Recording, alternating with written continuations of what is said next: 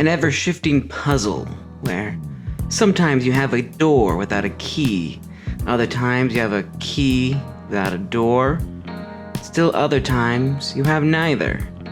And instead, all you have are a few bits and pieces pointing towards a grander design just beyond your capabilities to fathom. Is blueprints a metaphor for life? An allegory for reincarnation? The earliest recorded depictions of something like reincarnation are attributed to Vedic texts from as long as 3,000 years ago. Roguelite games are games which embrace the philosophy of death and rebirth. You can die and be reborn over and over again, but the game will be different each time. If roguelikes are akin to reincarnation, roguelites are more like past life regression, wherein people claim to use meditation and hypnosis in order to gain access to memories of past lives, like a real-life avatar. Roguelites allow the player to take just a little of their current life into the next game with them, making them just slightly better in the next go-around. Blueprints is a roguelite puzzle game where a young heir who has come into possession of a grand mansion after his uncle's passing must navigate the mysterious house in order to get to the final Room 46. However, every time a person leaves and re-enters the house, the layout of the rooms change so that it's never the same twice. In the game, the player has a limited number of steps which correspond to room transitions in order to get to the fabled final room, Room 46. Naturally, this is harder than it sounds, as there are a number of obstacles a player must navigate in order to reach the final chamber, and the placement of tools and keys to aid the player change each run as well, if they are lucky enough to appear at all.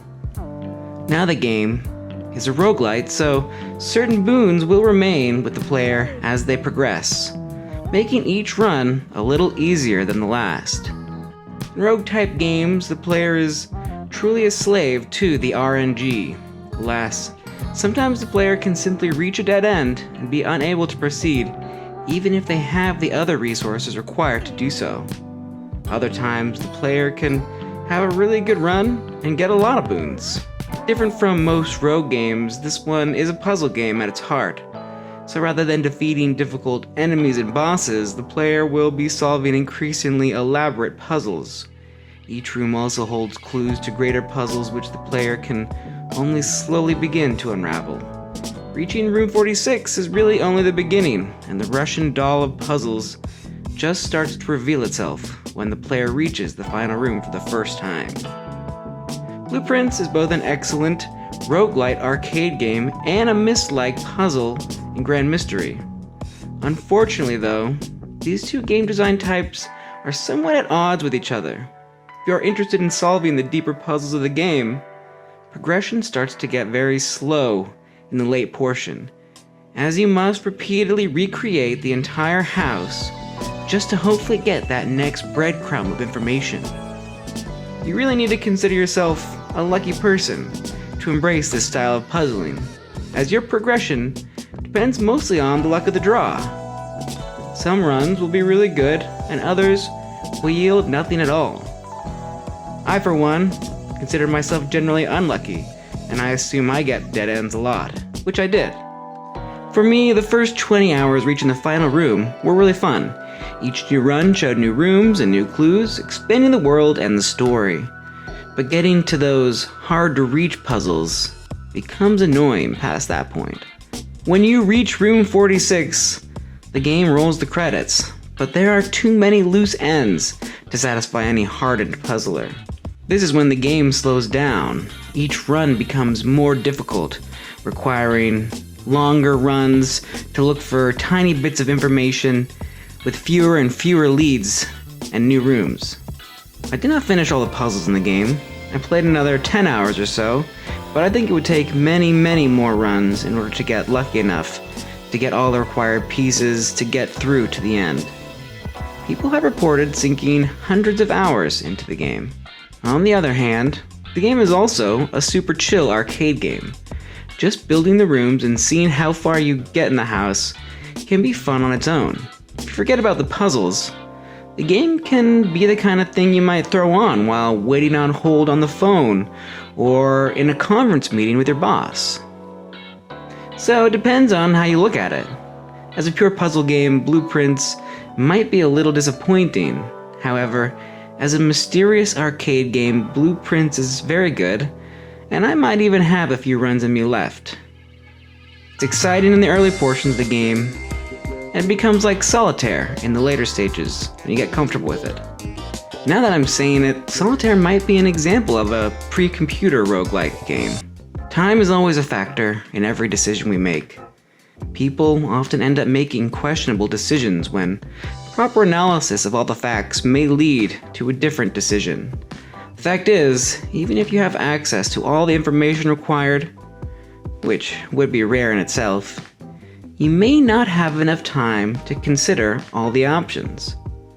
Often, the most convenient and accessible information becomes the most important simply because it is the easiest to get, even when it leads to inaccurate conclusions. Mindcop is a non-linear, point-and-click adventure noir detective game, which applies a time counter to every action the player makes. Player is given 5 days to solve the mystery behind a murder at Maryland Crater Camp. Every choice has a cost. Even benign actions such as searching through coat pockets or looking at paintings takes time, so the player must be shrewd in how they choose to spend their time in the game.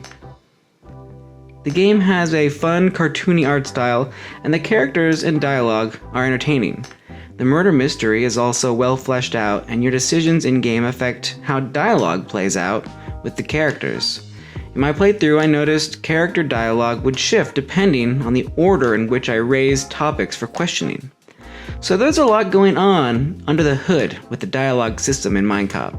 The lead detective, Mindcop, also has the ability to browse people's minds for information. This telepathy is achieved by playing a minigame in which Mindcop surfs over a metaphorical sea while psychic bullets barrage the target's brain. Once a psychic connection is achieved, Mindcop gets to view one truth, one lie, and one certainty within the mind of the target. The game can be played multiple times, as it is impossible to do everything in one run. But you can solve the mystery in the first run, though it's challenging. I found the relationship between Mindcop and Linda very amusing.